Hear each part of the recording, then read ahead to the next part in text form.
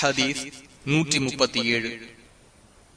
அபு முந்திர் என்ற உபை இப்னு கஅப் ரலியல்லாஹு அன்ஹு அவர்கள் அறிவிக்கின்றார்கள், மதீனாவில் ஒருவர் இருந்தார். அவரை விட பள்ளிக்கு வெகு தூரமாக குடியிருந்த நபரை நான் கண்டதில்லை. அதே சமயம் அவருக்கு ஒரு தொழுகை கூடவும் தவறியதில்லை. அவரிடம் கடும் இருளிலும் கொதிக்கும் வெயிலிலும் ஏறி பள்ளிக்கு வருவதற்காக ஒரு கழுதையை நீர் வாங்கலாம் தானே என்று கூறப்பட்டது. அதற்கு அவர், பள்ளிவாசலுக்கு அருகிலேயே என் வீடு அமைவது எனக்கு விருப்பமாக இல்லை.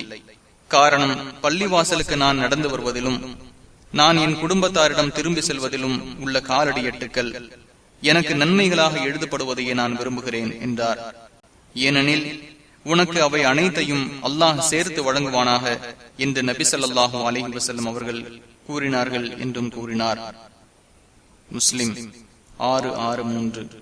மற்றொரு அறிவிப்பில், நீர் எந்த நன்மையை நாடினீரோ அது உமக்கு உண்டு என்று உள்ளது.